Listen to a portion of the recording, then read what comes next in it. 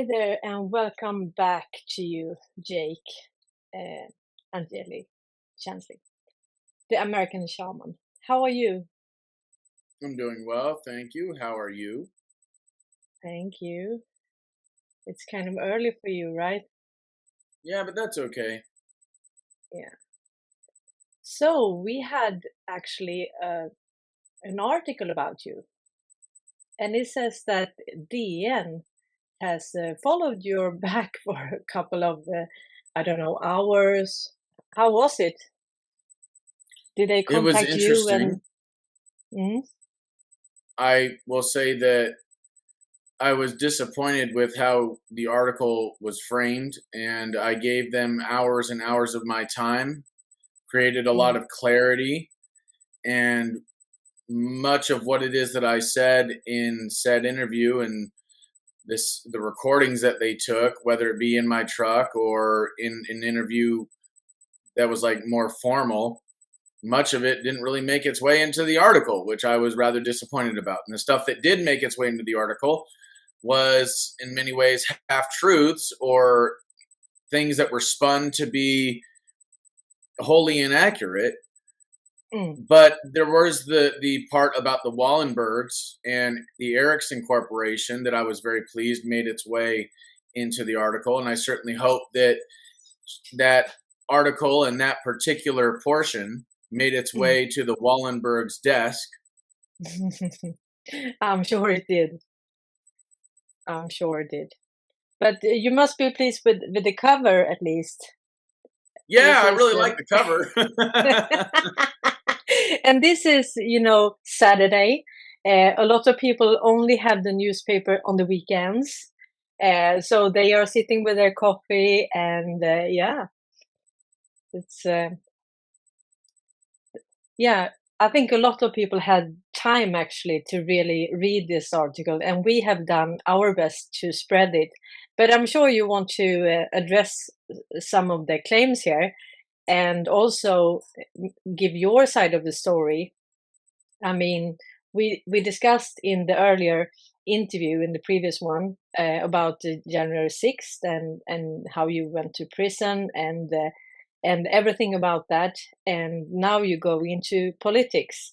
And why don't you walk us through that? I mean, was it your goal in the beginning, or did it just grow on you? Well, to be perfectly honest with you, I don't even know if I'm going to end up on the ballot. Getting signatures is very, very difficult. And Mm, it has been made difficult for grassroots movements and, in particular, third party candidates in particular. mm, Most political candidates have, in one way or another, outsourced the gathering of signatures. mm. They have basically paid other organizations to get the signatures for them, or in Like some cases, bulk, even just pay bulk outright for the signature. signature.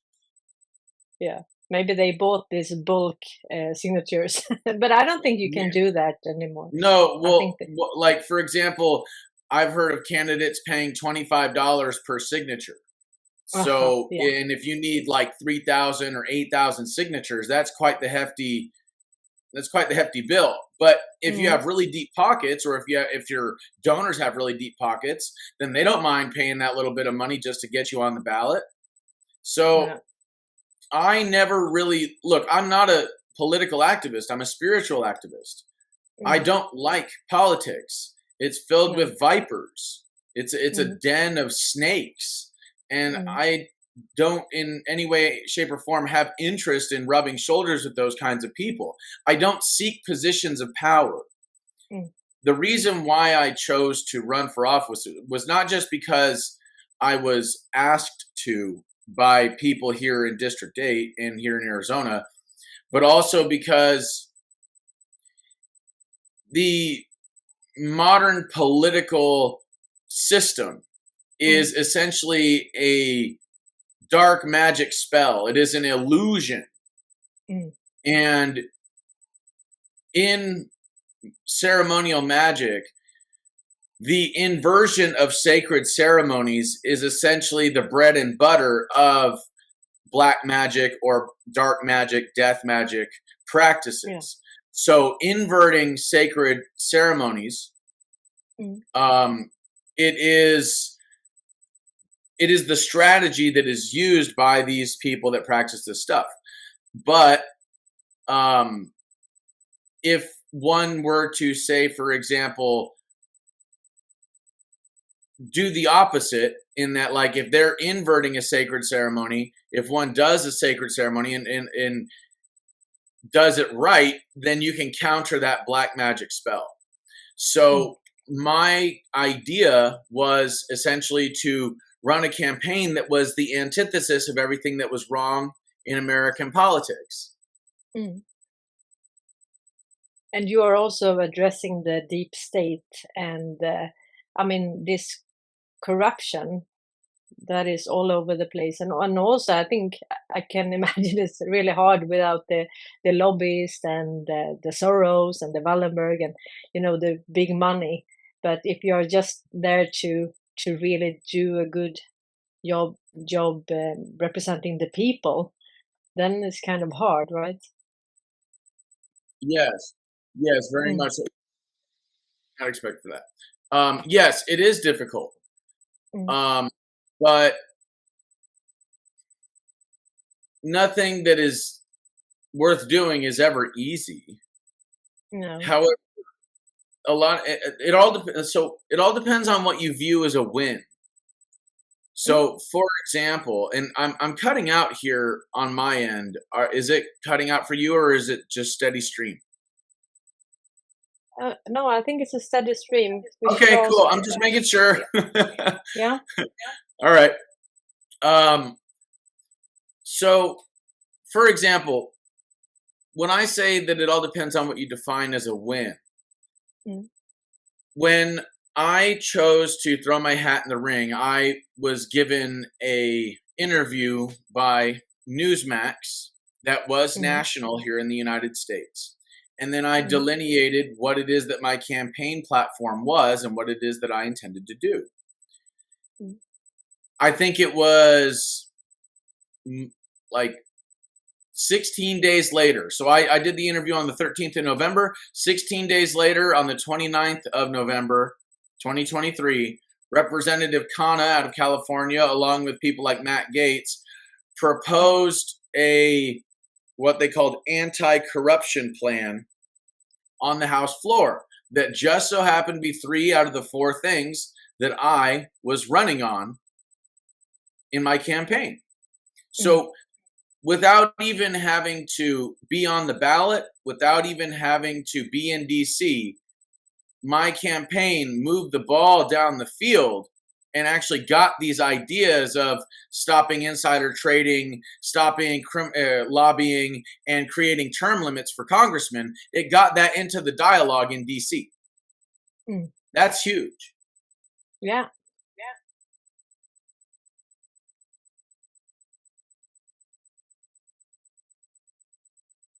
So, in my opinion, that's a win. And Yeah, I've it is. also learned a lot about how politics works in campaigning, how the money is moved around, how the money is raised, how basically endorsements can be purchased, how it is that signatures can be purchased, how it is that grassroots and third party candidate movements are stifled, and how there is legal obstructions to these movements gaining any momentum, and how it is Yeah. that the door is left wide open for large organizations with lots of money to put forward puppet candidates that they control. Mm. Yeah, and I think, I mean, I can hear myself. Let's see what happens here.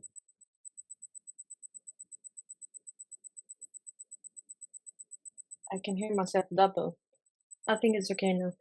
Yeah, but we can see now that many of the politicians now, like Marjorie Taylor Greene, do you have a lot of them coming into Congress now and working truly for the people and really are outspoken about all the corruption and how this system was rigged, right? Well, the system has been rigged for a very long time. Mm, So that, being the obvious case at this point, um, I think it's important that we note that what we're witnessing is actually the culmination of a corrupt system peaking and, in a sense, now becoming more visible for the American people. And what's also mm, important to note is that the level of systemic corruption here in the United States is not just local to the US, that it is pervasive throughout the entirety of the globe. And that mm. includes places like Sweden. Yeah, most definitely. We are so digital, and that is makes it really easy to adjust. We can say so. And if we go back to the article, I mean, you said something really nice here about, and I think you should be really proud, Jake, because actually, Dagens Nyheter is a really old, well-renowned newspaper, and that they use you, I mean, and your words in order to educate the Swedish people about surveillance and child pornography and what you said here. Maybe I think you can phrase it better than I can, but first they asked you about Q and if you will represent QAnon in Congress, and you said that Q is over and that the operation, I think you mean psychological, like psyop, was really successful. Can you elaborate a little bit about that? Um, well, I mean, they really tried to inject the whole Q thing into this article, I think Yeah. way more than they should have, because it doesn't play anywhere near as big of a role in my life as it does for some people. And I also think that they said things in here that, in my opinion, are just totally not true. For example, it says in 2017, another movement took off in the United States that incited Republican grassroots in Arizona. The digital sect QAnon Chansley became one of its more visible followers. I didn't really start getting behind Q until 2020. And they say in Mm. October of 2017, the internet pseudonym Q had begun publishing clues on the platform 4chan about a pedophile ring that included liberal politicians, well known actors, Jewish financiers such as George Soros.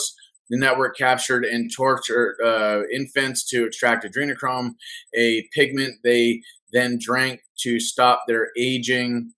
This is a This was the conspiracy theory. Now, that's not the only thing that if anything, Q never posted anything about that. Mm. But what I think is interesting about this article is that um, they say when I discovered Q in 2017, I was reborn and I branded myself as a shaman. It's like, dude, no, I told you in the truck, dude, when we were going when I was going door knocking, I told this guy that Q was like nothing I got into until 2020. I've been practicing shamanism for over 10 years.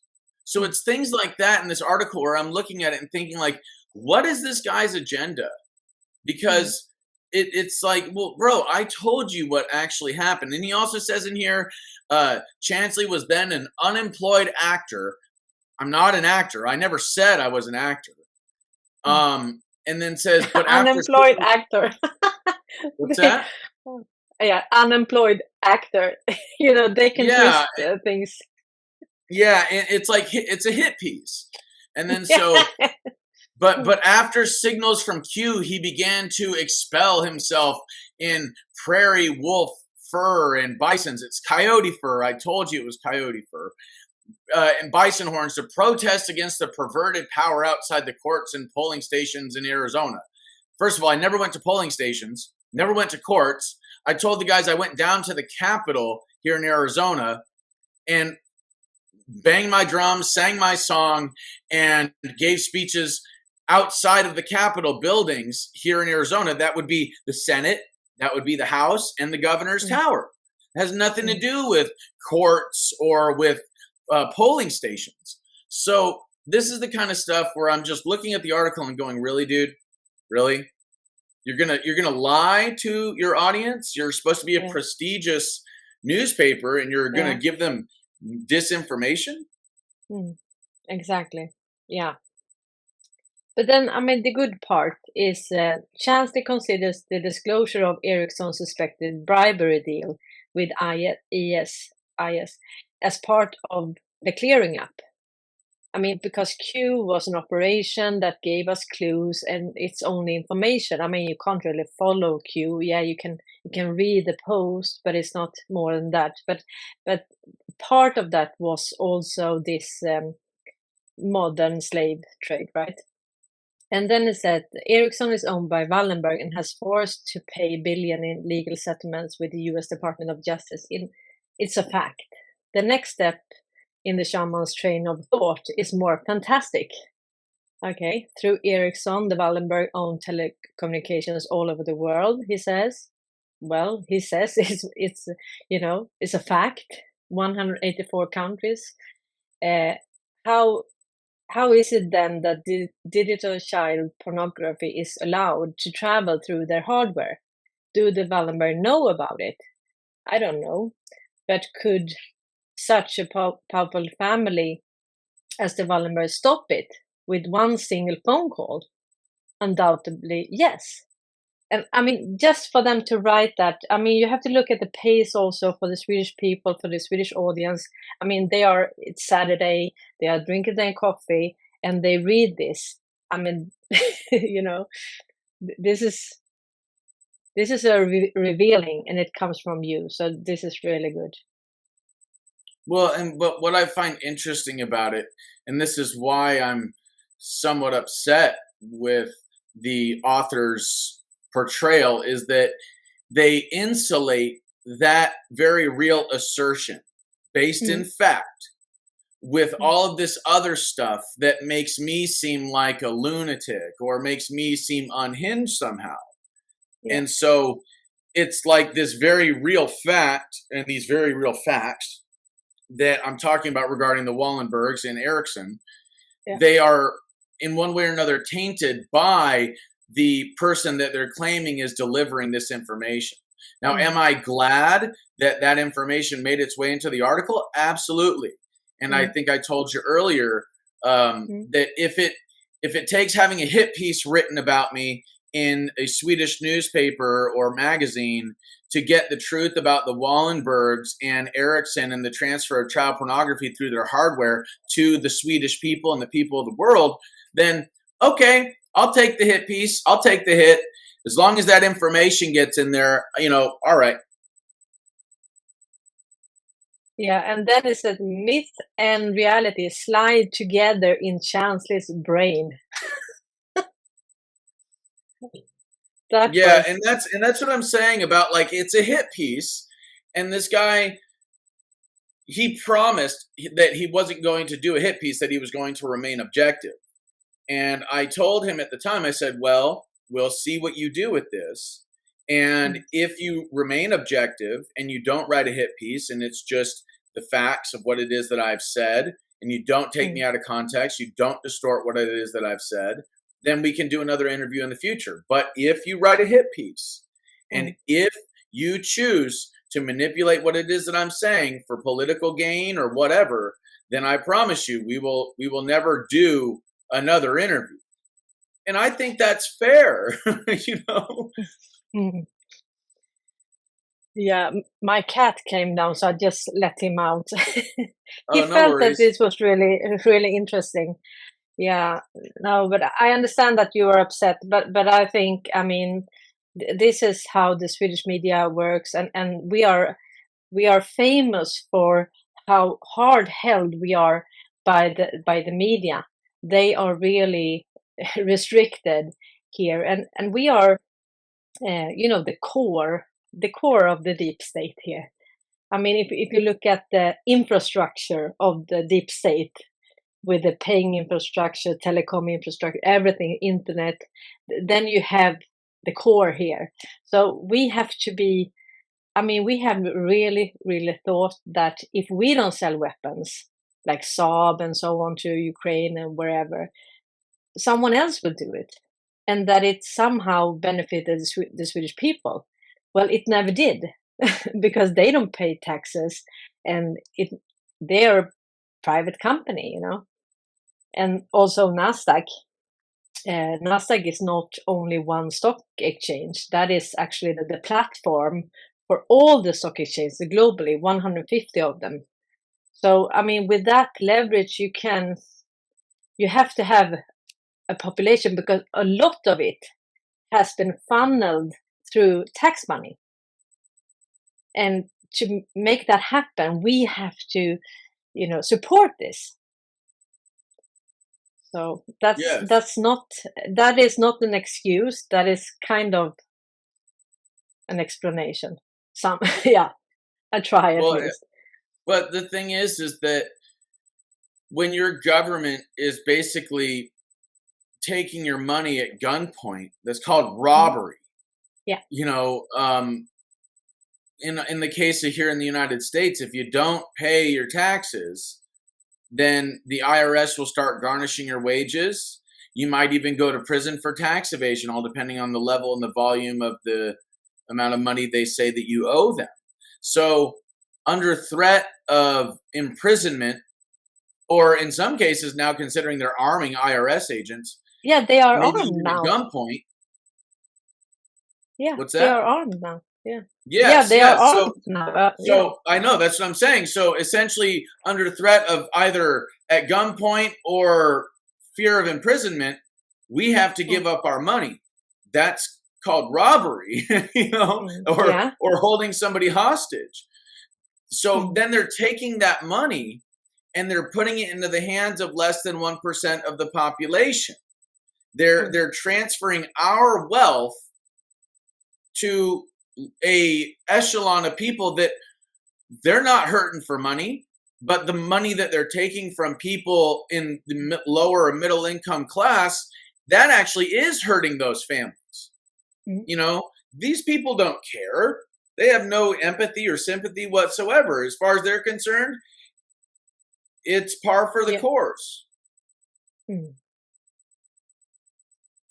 And I saw what Trump posted about making coining money illegal. Did you see that? No. No, that was really interesting, and that was almost at the same time when you have the CPAC and the president from El Salvador, and he said that it's not your tax money. They are actually issuing American bonds, and the Fed are printing money out of thin air. So if the government can do that through the Federal Reserve, so the Treasury issued the bonds, and the Fed can just print the money, and then you have to repay, of course, forever, because they refinance it all the time. But if they do that, why don't they just print money for like an income for all the people in the US, right? If they can just print it, what's the problem?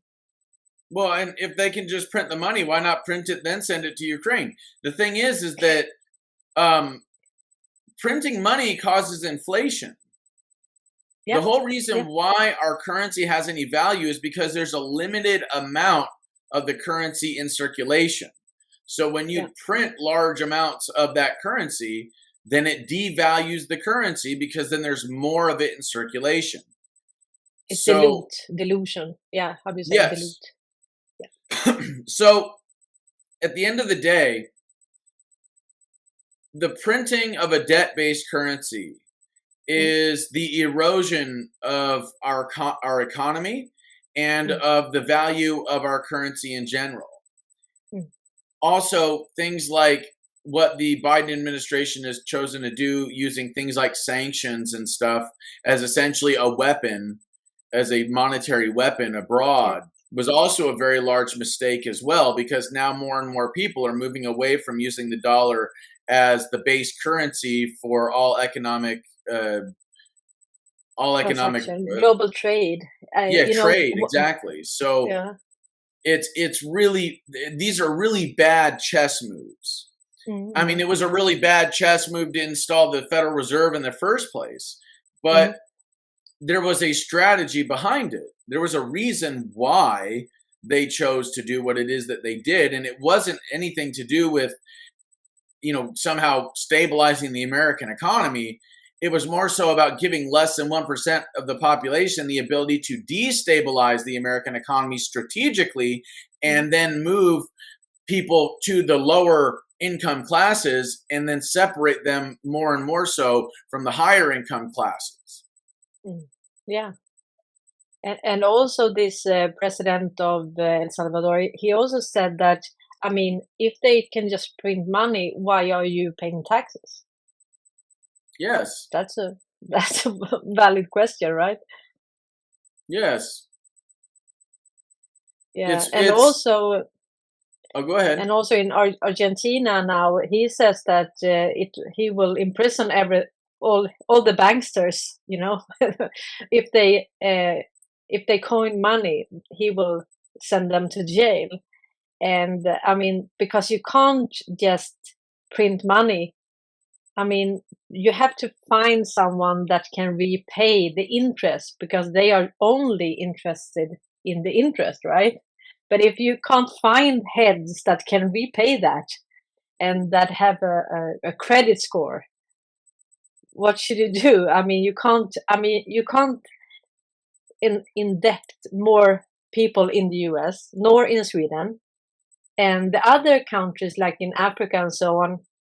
It doesn't work like that because they are not. I mean, the individual households are not in debt in the same way. They are more in debt to the IMF on the country level, right? They lend and then they have to work it off as labor, but they are not in debt. I saw, I don't know the actual figure now, but in Russia, this was in 2009. Only 7% of households has a loan. 7%. I mean, I think by that time it was like 300% in the US, and yeah, same in Sweden. Well, the central bank that is here in the United States is kind of like a template for central banks all over the world. And all these central banks all over the world do, in fact, link up with the IMF, with the World Bank, and the Bank of International Settlements. It is a racket. The whole system is designed to use our labor, our resources, and our currencies to enslave the populations and benefit less than 1% of the population. I was saying to Benny Johnson that it's like a computer virus that you can. So computers work because you have energy or electricity coming from an outlet into a circuit board. That circuit board is designed to move the electricity through the conductors on the circuit board to create a certain pattern, either 1 or 0, on or off. Electricity is running through it or it's not running through it, right? And that pattern, there's a pattern that comes through that movement of that electricity through the circuit board because it's happening over and over and over again, multiple times per second. And that pattern can be governed based on algorithms, based on software, right? Then the pattern that is created through that software, through that algorithm, ends up getting fed through wires into our screen here. And we see it as, you and I talking over the internet on a screen. But if you were to enter a computer virus, which is like basically bad code or a bad algorithm into the system, then what could end up happening is all of that electricity that's supposed to go to the whole circuit board is now just going to one small portion of the circuit board, which means that your computer is going to lag. It's going to run really slowly. It might do things like turn off and then turn on and then turn off and then turn on cyclically, never allowing you to actually access the computer. So if we graft that notion of like a computer virus and the bad code onto what's happening in the world, then these central banks and the governments that are using them and the government laws that are being passed by this corrupted government apparatus, they're like basically putting a bad code into the system. They're running a bad algorithm, a computer virus that is taking all of our energy, all of our resources, all of our labor, and redirecting it to benefit less than 1% of the global population. Mm. And this is why our progress is slowed, because our global consciousness is lagging. Our global system is lagging because we are redirecting all of our energy, time, labor, resources to less than 1% of the population.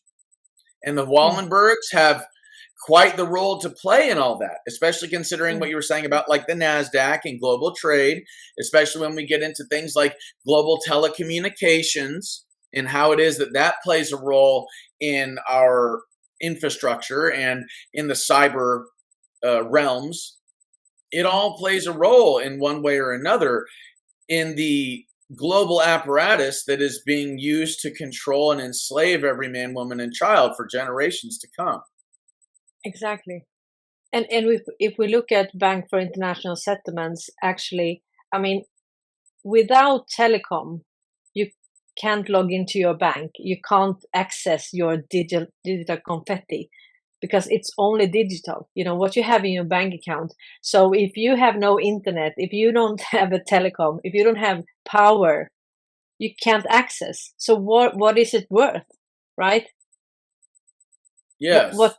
it's not tangible. You can't touch it like you can do with gold or silver. So actually, I mean, the system, you have to understand, I mean, the whole system works on telecom. It has power. It's an infrastructure, it takes roots. And if you can control that, or if you can make that happen, or, end it, so no one can access. So you can say that, okay, the Rothschilds have 70 trillion, I don't know. But if they can't access their funds, what is it worth? I mean, so I think when Trump said that Ericsson is a matter of national security, that's what he meant. That, I mean, this is intertwined. This is one system. It's not only in theory. It has to work. It has to operate, and that's really important. And that's why they took control, as you wrote in the piece here as well, that they had to pay the DOJ, but also that they had to leave the control for 3 years, and then they prolonged it now to mid 2024. Right. And so that is so important, because I mean, if they are funding ISIS, and ISIS. at this, Yes. yeah, ISIS. Yes. ISIS and Al Qaeda. They also sold the coordinates to Al Qaeda, and they are behind Soros, so they have funded all these NGOs and organizations and so on. So I think that was so vital for, yeah, the Space Force, because now they have control over all the telecommunications from 2022, right? They took control over all the communications. So now I feel more secure that, okay, now at least the internet and telecom, it's in the hands of the American military. Well, And I that hope feels good. so, but I don't know. I mean, the way I look at it is I try to think of it in terms of global warfare. If Hmm. you co opt or control your opposition's communication lines, then you have access to all the information necessary to win the war. I think a really Yeah, good example would be what happened with British intelligence, MI6, and Alan Turing during World War II. Are you familiar with the Turing machine and the breaking of the Enigma code from the yeah, Nazis and all that? yeah. Yeah. Please go ahead. So Yeah. when they cracked Enigma and they began to know what the Nazis were doing, where they were sending their resources, where they were sending their troops, how many troops, all of that stuff. That was the most valuable thing in the war. Wars are not just won because of tanks and guns and bullets and bombs, airplanes, battleships. That's only a part of the war. The real war is actually won by the procuring of information. Yeah. My cat is is climbing out trying to climb out the window. That's what all that was about. Is it So high? the idea here Yeah. is that if these people are attempting to win a global war, Mhm. or at least control the battlefield, then controlling telecommunications on a global scale is essential. It is essential for them to control all of our communications. Yeah. But it was kind of easy because since you had one party, one company in 184 countries, and that also was in control of the Bank for International Settlements, it was kind of easy. And also the same party, Wallenberg, that controlled ABB. So the power, the telecom, and the paying infrastructure, it was all the same entity. So that's easier, right? Than if you have like 100 companies having a small part in everything. So it was good. It was good in one sense, and it says in this criminal report from the DOJ, it actually says that that they had to, yeah, they have to give up control for 3 years, and they have How an about attorney. indefinitely? How about Yeah, indefinitely? Like, exactly. why 3 years? Come on. Yeah, but I think they have frozen their assets because there was one politician that was also at the Bilderberg meeting, and he was in Chile as well. Because the Swedes were investigate. This children that got adopted, many of them uh, allegedly were stolen. So when the journalist in Chile started writing about that, he had to go from the government directly and just I don't know, make them quiet and make it go away, but it didn't, right? And his wife is still there. And then he was at the foreign defense foreign ministry. Yeah, how do you say that? And for 6 months now, he has been working with the Wallenberg, and I believe that he was sent out from the government, continuity of government, in order to deal with all these companies, because we have seen so many changes in the ownership, in the control, in the shares, and so on since he got there. And actually, I believe he's back now, so I think they are done. And that will Interesting. be very Well, interesting because because the US, they have to control their own telecom infrastructure. You can't have one private entity, a Swedish one, controlling this in so many countries, 184 countries. That's not why. well, because then it gives them supremacy on a global scale. And Mm. if we're talking about less than 1% of the population controlling the other 99.9%, then who is that less than 1%? And what economic status do they hold? What power do they hold in the sense of, like, okay, control of resources, control of labor, or control of communications, etc.? Mm. Now, centralizing anything usually ends up in corruption. I'm Yeah. I'm not against government. I'm against corruption. Mm. And when we talk about the deep state, what we're essentially talking about is government is less than 1%ers having tyranny and ultimate control and masquerading as governments, or using the government's monopoly on force to reinforce corporate monopolies on resources, labor, or telecommunications. Yeah. So in our case here in the United States, we have, in our communications with the Wallenbergs and Ericsson, we were basically allowing a foreign nation who was not beholden to the Constitution to control our cyber infrastructure. Yeah. That's an issue of national security. Yeah. Now, if our government is so corrupt that it is in league with these international entities, of which Ericsson and the Wallenbergs are a part, if that's the case, then how would one take the country back and the infrastructure back?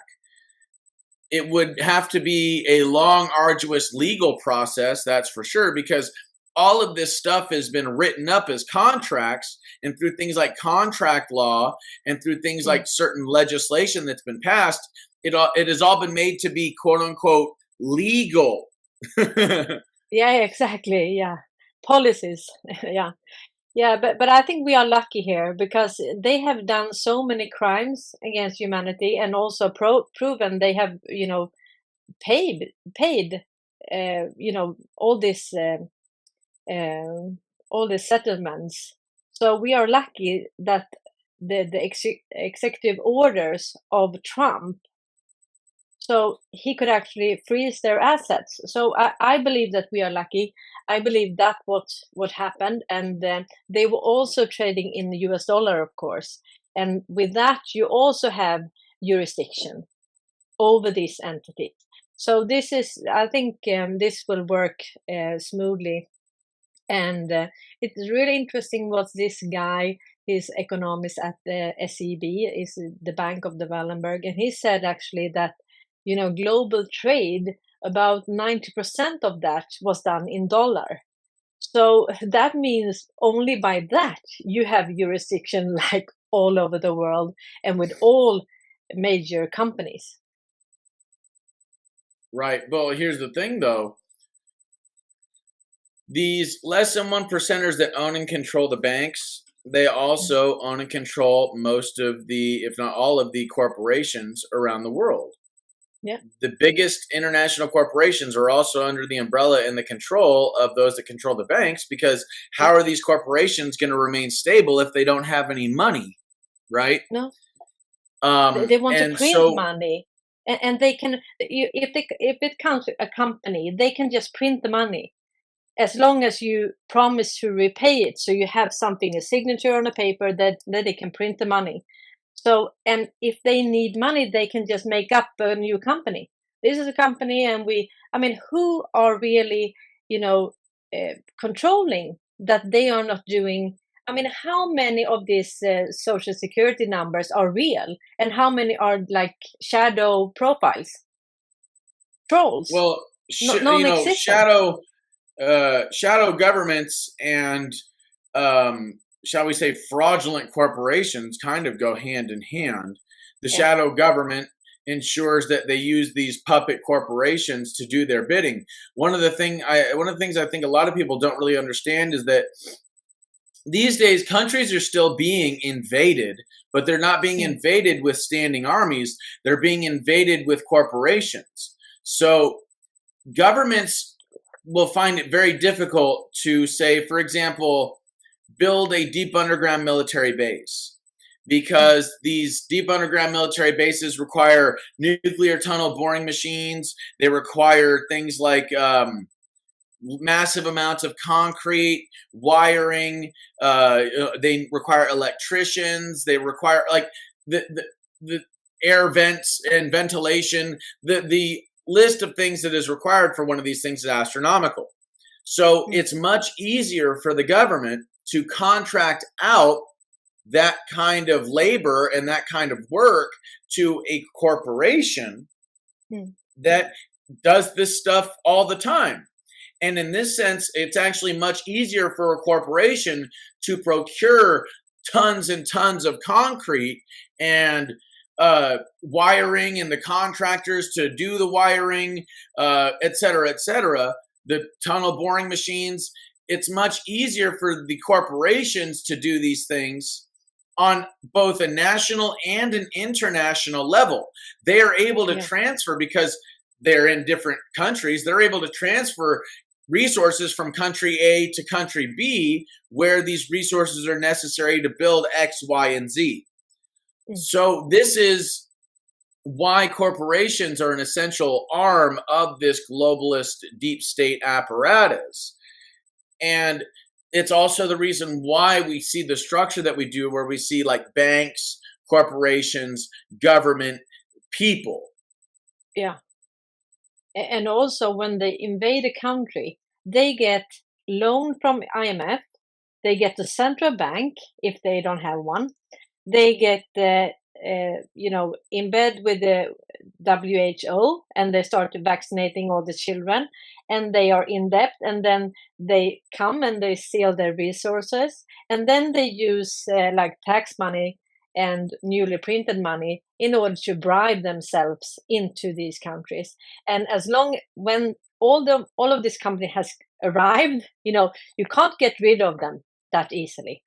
And also we have like Chinese companies now, and they are building all these wind malls, and they are they are not making any profit. So what? And they are not functioning as they should, and then they just go bankrupt. But who takes care of all the waste and everything? I mean, what jurisdiction? I mean, they can just come and go, and then they have poisoned everything and just leave everything in a mess. And who should take care of that, of them, right? Yeah, well, that's corruption at its worst, is that it's about procuring the resources and monopolizing the resources and the labor through debt-based currency. And the destruction of the ecosystem and the disease of the populations, that is collateral damage as far as these people are concerned. They don't care about the people of the country. They move in and say, oh, well, we're going to grant you this loan, and we're going to establish this central bank, and you're going to basically have a seat at the table when it comes to international issues. But basically what that means is you're going to get roped into the international debt apparatus. And all your resources, all your labor, your populations, they're all going to be under this umbrella of control of less than 1% of the population. And they use the comforts of first world countries and the conveniences of first world nations as a lure, as a bait on a hook, that once the hook is in, like you said, it's very difficult for these countries to get out of that system. No, it's nearly impossible. And so, but what is happening now, I see, because BRICS, they say that all the countries that apply for BRICS will automatically be able to join.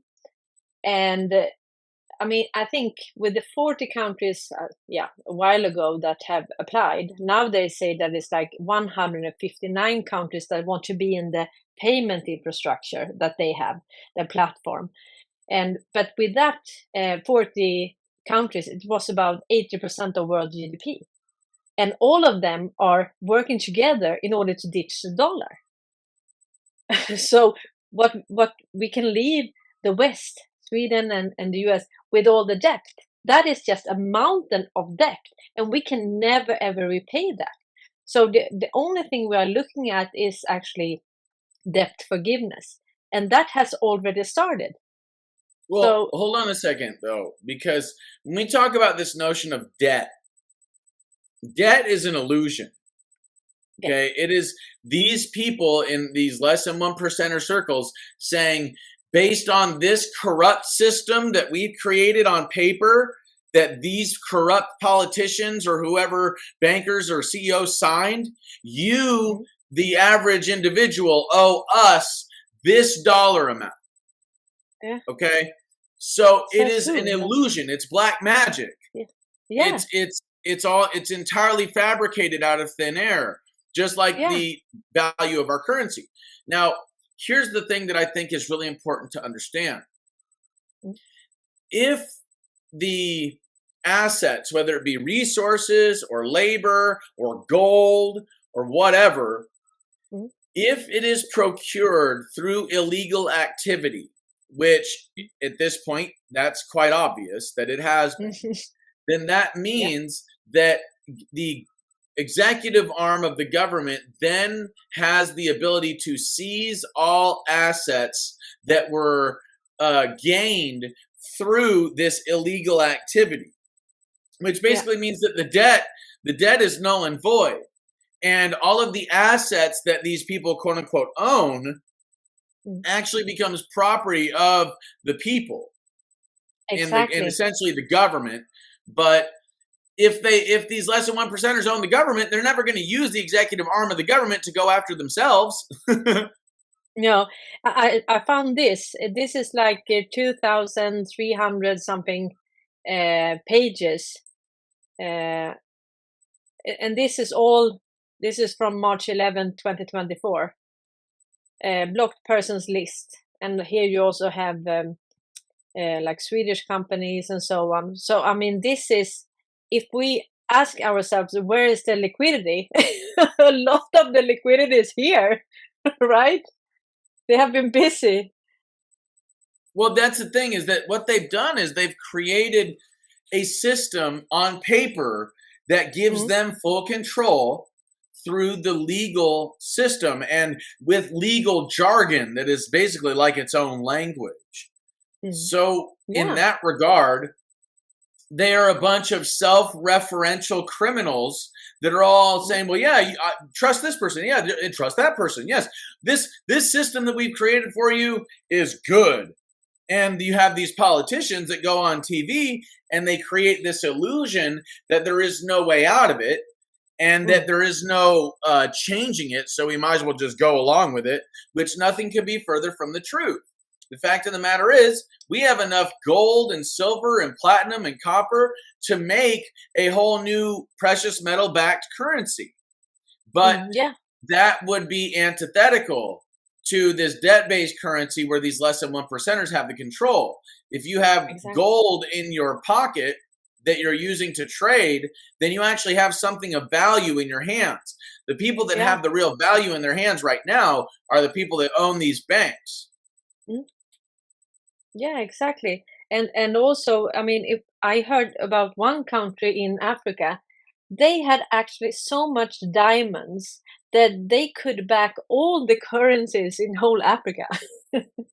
And imagine if these countries could, I mean, keep their own natural resources. I mean, the people would be so so rich. I mean, there is an overflow of everything. You know, we have so much.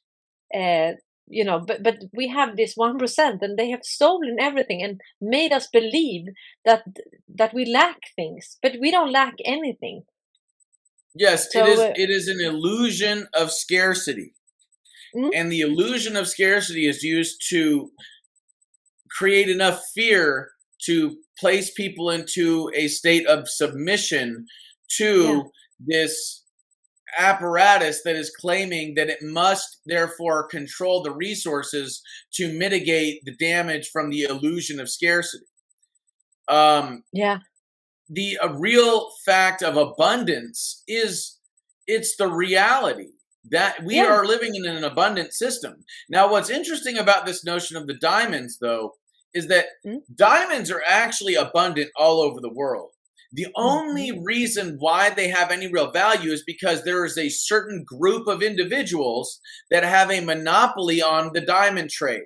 They yeah, buy up the diamond mines. They mm, ensure that only so many diamonds are in circulation, when in mhm, fact diamonds are abundant. They're everywhere. yeah, yeah, So that right there should kind of give you a lens to look through regarding the illusion of scarcity and this global system and how it is based on illusions, how it is based on control, how it is based on, ultimately, at the end of the day, fallacies and lies being used to monopolize resources, labor, and body autonomy as well, considering we're essentially living in slavery. Some worse than others, Actually, like the cobalt mines in Africa. You got mm, children working in those things. yeah, yeah, of course, yeah. Yeah, they are small and so on. And actually, Peter Wallenberg, he's dead now, but he was in an interview, he was talking about Africa and how they didn't understand anything and that they, needed um, the white man to come and tell them because they didn't understand anything. And this is actually how they see all of us. I mean, we are just the flies to them. We are good as long as we repay. And what you said about trust, I mean, the what we mean when we talk about the financial system and that is built on trust is that we trust that we will be repaid, or we will get salary, or we will pay the taxes, or we will pay the loan. So as as long as everybody pays, that's okay. But if, let's say, you have so many companies that can't afford to pay and they can't repay their loans, and then you start to think like, oh, maybe he won't be able to repay this, then the trust is broken, right? So and this can go really, really fast. And what is happening now in the US is that the Federal Reserve, I don't know if, I think you have seen this, but this bank term funding program, it will cease on 11 today, actually. And this is, I mean, they have lent so much money to all these banks, and they have to repay that. And how can they repay that? Of course, they can just print money, but in order to do that, if they follow the law, they have to find someone ahead that can sign a paper and promise to repay a loan. So they that's how they print money. So you have to have, like, if the if Federal Reserve buy up bonds, then the Treasury will repay. So that's the signature, right? So many, some say that maybe 500 banks will go bankrupt due to this, because I mean, the loans is actually the liquidity. That is the money that you and I use. And if we don't have new loans, then, and we all repay the loans, let's say that, then we have no money, because all of our money are someone's debt. It's debt. Everything is debt. So how can a debt-based system be sustainable? It's And not. how will they, yeah, how will they be able to repay this? They won't. They won't. Yeah, and that's the idea. It's a Ponzi scheme. Mm-hmm. It is designed to fail strategically so that at the end of the cycle, Mm-hmm. what ends up happening is that as a means of paying the debt, the real things of value, resources, labor, livestock, food, water, that kind of Mm-hmm. falls under Yeah. resources. All of those things are then seized. Homes, right? Mm-hmm. Land. Yeah. All Yeah. these things are seized, and they say, well, you owe us this much money, and you don't have the money to pay for it, but you do have this land, you do have that cow, you do have this water, you do have X, Y, and Z, and we are going to take it. Yeah, but also when the banks now, when they can't repay, actually we have a, what is it called? They want to take your, let's say, the banks can sell their debt to another institute that will try to not the IRS, and yeah, they will try to take the money. So they are actually buying in bulk all this debt. Yeah, And you're talking about like debt settlement and like debt yeah, settlement firms and stuff like yeah. that, where they basically eh, buy the debt at a certain price and they say, well, we will pay this much amount of this debt, yeah. right? Is that what you're talking about? Yeah, but in Sweden they are nearly bankrupt. So the debtor will end up with the debtor. So this is kind of hilarious. Yeah. Well, it just So shows the illusory nature to the system, yeah, that it is all a illusion created by less than 1% of the population so they can acquire the things of real value. yeah, and also, you know what I found? What was really interesting? Um, it was this homepage, uh, occ.gov, and if you search here for quantum financial system, you will find documents that prove that it has run parallel since actually June 2020. Uh, I thought it was later. I thought it was in August. And on page 3 here it says that in preparation for the global currency reset and the arrival of the quantum financial system currently running parallel. Yeah, so this is really interesting because a quantum financial system will be fully transparent. You won't be able to I mean, it has been transparent all the time, but not for us, right? Those who control the telecom infrastructure, they can see everything. And also with the crypto, we have seen that the US government have taken back stolen crypto. So it was not that hidden, right? It was not hidden at all. But with this system, this will be fully transparent, and all the password, it won't function. And we have heard that, Wallenberg, they have had quantum computers for a long, long time, and also AI.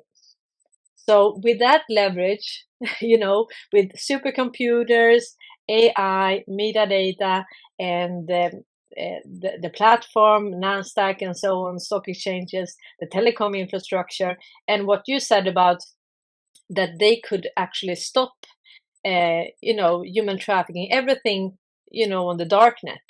They could have stopped. Yes. And that is why I think that it was so important for the Swedish people, but also for the Wallenbergs themselves to know that essentially we're on to them. And it's like, Mm, look, dude, I want to believe that there's some sort of semblance of a soul left in that hollow husk of yours that mm, you call a body.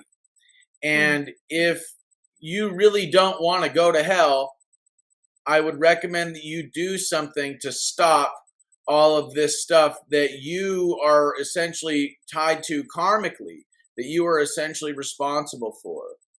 You have Now a you can very send real your message. opportunity. They have a very real opportunity with the power that they have to do something good for the world, to set the world free in one way or another, to stop the transfer of child pornography, to Mm, identify people that seek to do harm, whether they be terrorists or just lunatics in general. They mm, have the ability to, just like the Rothschild family does, they have the ability to set the world free. They have the ability to green the deserts, to make food abundant, to clean up the waters and the land around the world, to clean everything up, and to turn this into Eden again. But they don't want to do that. Is that because they worship Satan and are weirdo Luciferian pedophiles? I really don't know. I really don't know. Their behavior indicates that that might be the case. Their priorities certainly indicate that that might be the case. But this is their opportunity. That's why I'm so glad that that was placed in the article, because it's like, look, bro, if you didn't know about it before, you know about it now. So mm. do something about it. Or guess what? When the hammer comes down, and it will, where do you think you're going to be on Judgment Day? Mm. What kind of crimes will you be held accountable for when when the shit hits the fan? And it's Yeah. getting closer and closer to that time, day by day. This is the apocalypse. Yeah, and also if we talk about the Bible, I mean, even the Bible knew that there was actually, I don't remember how many years, but if you were a slave, you had to be released, I think, after 7 7 years. Yeah, 7 7 years. years. So you couldn't. be a slave your whole life. Also, they had debt forgiveness, and they knew that the system will be, debt saturation. That point will be reached. So they have to put everything back to. Even the Bible knew that, and we haven't done it for many, many, many years. So it's about time, because you can't just build up interest. It accumulates, and then now it's so we can never repay the debt nor the interest. I mean, the interest is skyrocketing now. Totally.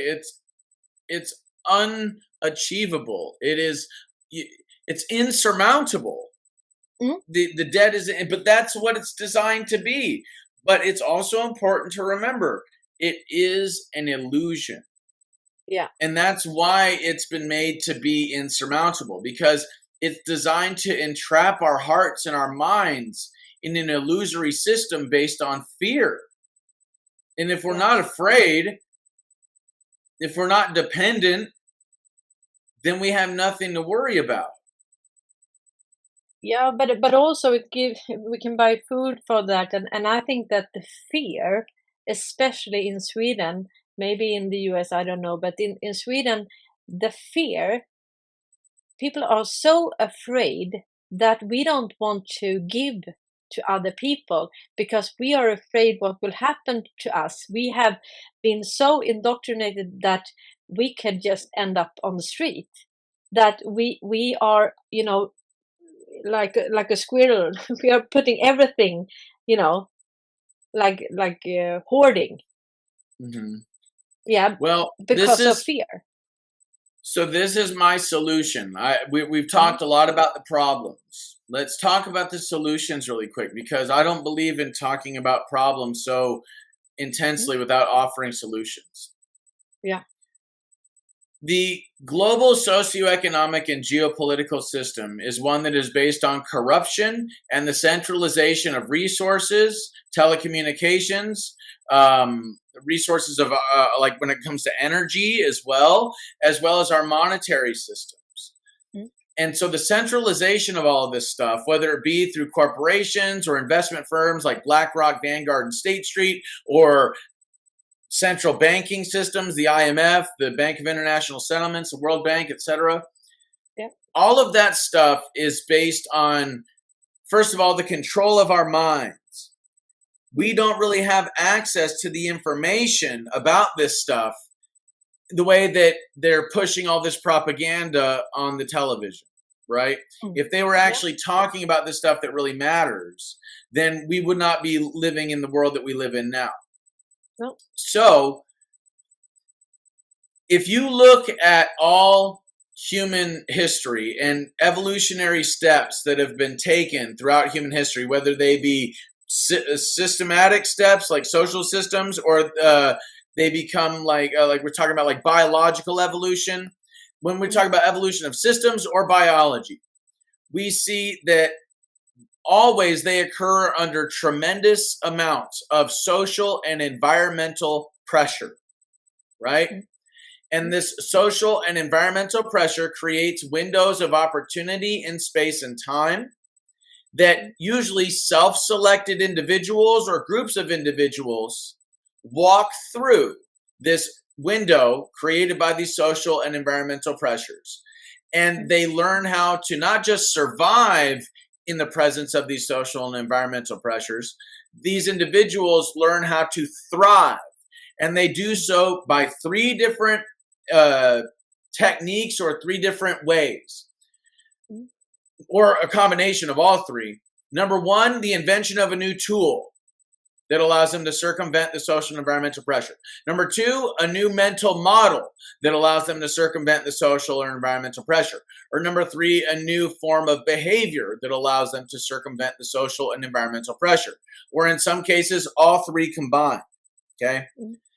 Now, when that happens, the individuals in the group or in the tribe that are watching this individual or this group of individuals sees that they're thriving, and they go, well, I want to thrive too. This sucks. This social environmental pressure thing sucks. So then they implement the new tool, the new mental model, or the new form of behavior. As that takes place, the thought patterns change in the tribe and the dialogue changes in the tribe. Now, in our case, we are dealing with literally global levels of tyranny and therefore global levels of social and environmental pressure. The social pressure is obviously the corrupt governments, corporations, and banks. The environmental pressure is not just the pressure that all these institutions are placing on us and like talking about taking away our children, but also the pollution that these institutions are producing that is destroying environments and making food scarce, making water scarce, and destroying ecosystems for literally thousands of years to come. Yeah. So they're talking about climate, but it's environmental. it has nothing changes. to do with CO2. It has everything to do with what are called anthropogenic chemicals or forever chemicals that do something called bioaccumulation in the environment because they don't biodegrade for thousands, if not tens of thousands of years. And because these chemicals are like a molecular level, they actually destroy the microbiological life in the soil, in the water, in the air, and in our bodies, causing ecocide in ecosystems, the destruction of whole ecosystems, mass extinctions, and human disease. So that is the social and the environmental pressure that we're dealing with on a global scale. Now, what is the solution? The solution is to create a new system. We don't want to use our energy to fight the old. We want to use our energy to build something new that makes the old obsolete. A good example is, for example, the horse and buggy industry being put out of business by the automobile industry. The automobile industry did not seek to fight the horse and buggy industry. They just made better and better automobiles, faster and faster, made them more affordable. And then lo and behold, they replaced the horses and buggies. Now, when it comes to our system that we're using, control of our energy supply, control of our resources, our labor, our food, our water, our land, all of this stuff can actually be circumvented by creating a new system. Infinite free, clean, wireless energy is at our fingertips when we decide to use Nikola Tesla's Tesla towers, right? Happen. Force is infinite, then you make war obsolete. Okay. Also, these Tesla towers can be used to create a new communication grid. So the Wallenbergs and their hardware, the satellites, the cell phone towers, the televisions, your radio towers, all that stuff.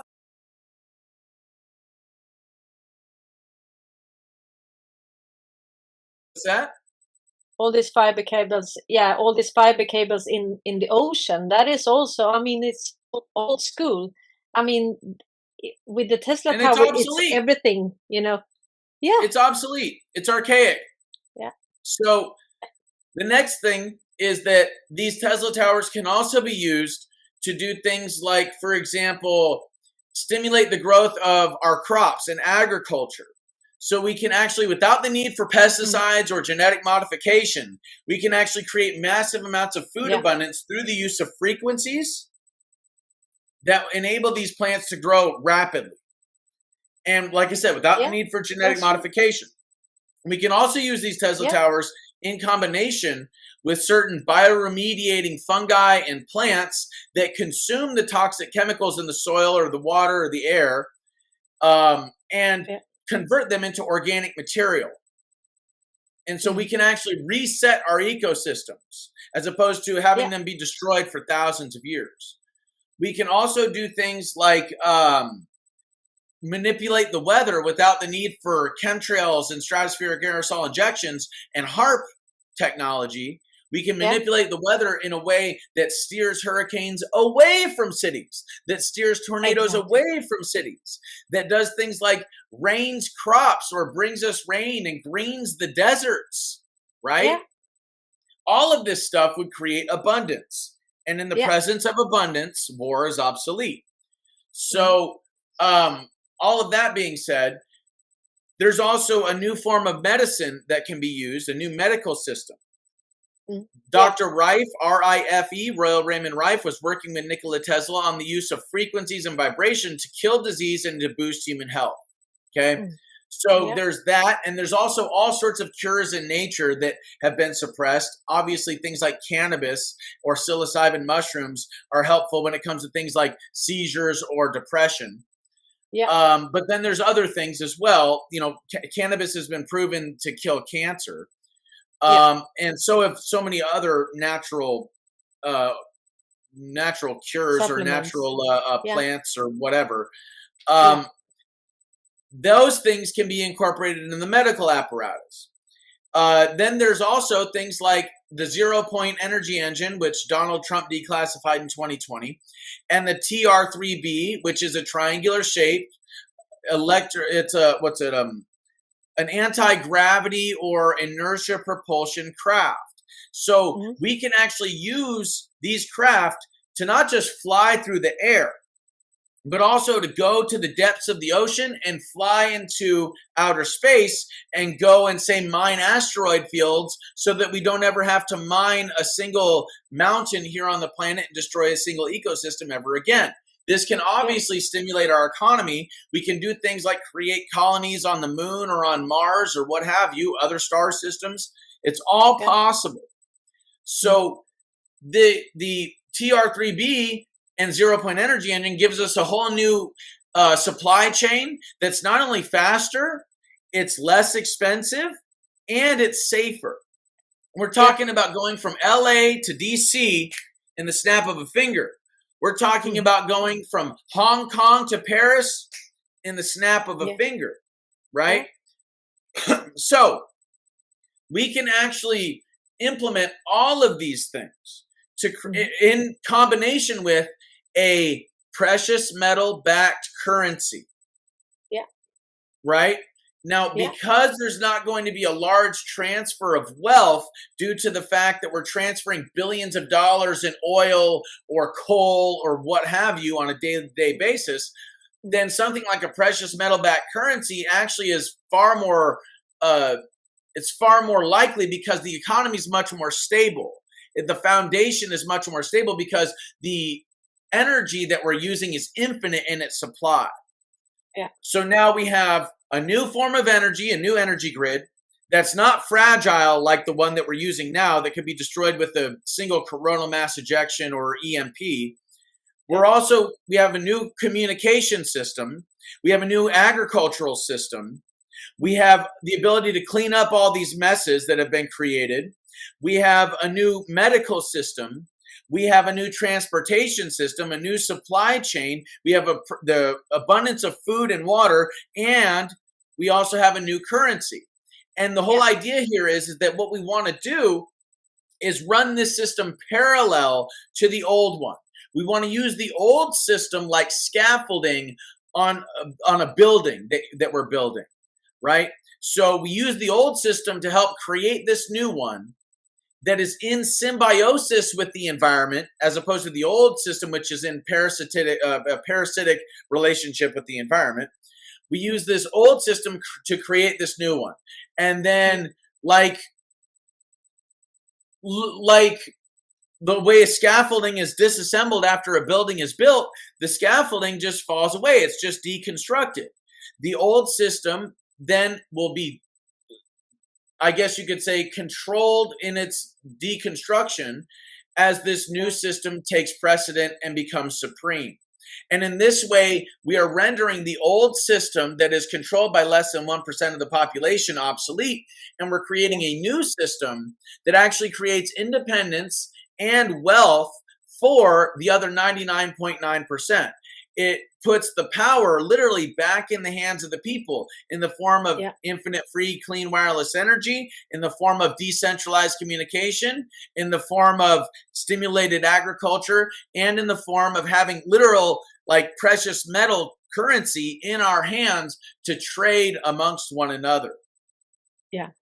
And then we will look back on this system and see that what was this system?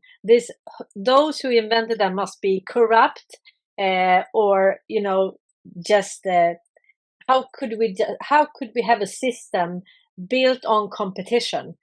we can't have a society, right, built on competition, because if you compete, the one party will will die or get out of business. And I mean, we can't. So, in order to make all this happen, we have to have a mindset that we are working together and that we want to have a society. We can't just compete. And but they have, you know, they have given us the illusion that we lack things, that is the world is not abundant, and that we have Right. to fight for our right, or just our survival. And that's just hilarious because there is so abundant. Yes. Now, final point, because I have to go, unfortunately. I know. Final point, we are under a tremendous amount of social and environmental pressure. And we Mhm. have the tools that I just explained, Tesla Tower Tech, Zero Point Energy, TR3B, Dr. Rife's machine, digital, precious metal backed currency that makes digital currency and all this debt-based stuff obsolete. Those are our tools. The new Yeah. mental model of reality is understanding how this corruption has been going on for a long time and understanding the metaphysical principles behind how this technology works, whether it be Yeah. Tesla towers or zero point energy or what have you. Then the new form of behavior that we need to employ during this social and environmental pressure is nonviolent non-cooperation.